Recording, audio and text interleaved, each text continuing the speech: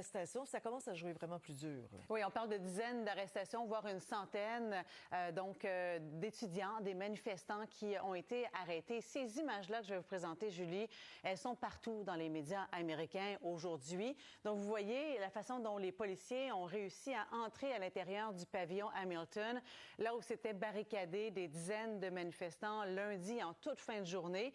Pour résister à l'ordre d'évacuation, on voulait démanteler le campement qui avait été érigé il y a 2 semaines à l'Université Columbia à New York. Donc, les policiers qui ont amené une nacelle et sont entrés vraiment par une fenêtre du 2e étage pour pouvoir pénétrer à l'intérieur du bâtiment où, donc, on avait utilisé du côté des manifestants des tables, des chaises, des machines distributrices. On avait également placardé les fenêtres avec du papier journal pour vraiment empêcher de voir ce qui se passait à l'intérieur. Et donc, on a finalement trouvé les étudiants, on les a arrêtés, on leur a passé une espèce de menotte comme ça en plastique, comme vous voyez. Et donc, ce sont des étudiants qui vont faire face à des sanctions disciplinaires de la part de l'université. Ils risquent d'être renvoyés finalement par l'établissement. Là-dessus, on écoute une étudiante.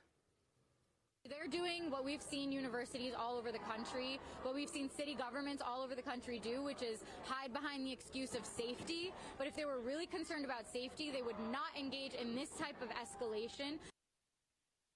C'est peut-être une coïncidence, mais regardez ce qui s'est passé il y a 56 ans, jour pour jour, Julie.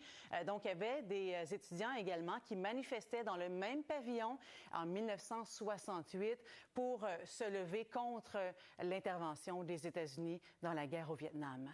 Et puis, parlez-nous de ce qui s'est passé maintenant, l'intervention policière sur un campus, mais à Los Angeles cette fois-ci. Oui, ça, on a suivi ça toute la nuit, je vous dirais, parce que ça a éclaté en toute fin de soirée, là-bas sur place, donc, Université de la Californie, où il y a eu intervention policière, mais plusieurs heures après le début de confrontation entre 2 clans. Donc, sur place, il y avait des manifestants pro-palestiniens qui s'étaient installés il y a quelques jours, et puis on avait déclaré ce campement illégal de la part des autorités. Et un peu plus tard, il y a un clan qui serait donc des pro-israéliens qui seraient arrivés sur place en faisant de la musique, en faisant jouer de la musique très forte, en lançant également des gaz lacrymogènes, des feux d'artifice. Et donc, il y aurait eu confrontation. Là-dessus, on peut écouter un journaliste qui était sur les lieux. On a entendu des propos extrêmement violents, extrêmement durs à entendre. La personne que je vous disais parlait dans le mégaphone a demandé au moment de l'arrivée de la police, je cite, à tous les juifs de se replier et de laisser la police finir le travail. Donc, vraiment un mouvement qui prend de l'ampleur à travers les États-Unis. Vous voyez cette carte, Julie.